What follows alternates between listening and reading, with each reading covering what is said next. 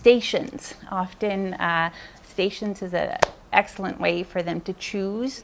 Within this 3-hour class, I could choose to work on my skill of inserting an intravenous. I could work on my communication skills by role-playing a simulated scenario with a classmate.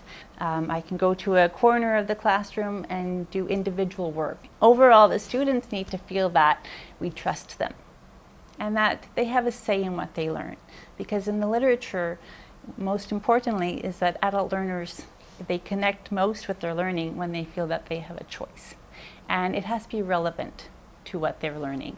They have to be able to see a future use for it, and they have to feel that we trust them, that we believe in them, and that we set up an environment that's conducive to their learning and that's going to make them capable in the workplace. Considering the social and emotional needs of students, they like to feel involved in expectations or norms in a classroom and giving them a say in what goes on in the classroom sort of alleviates some of that directionality that students experience in education, where the teacher is always the one giving direction, do this, do that.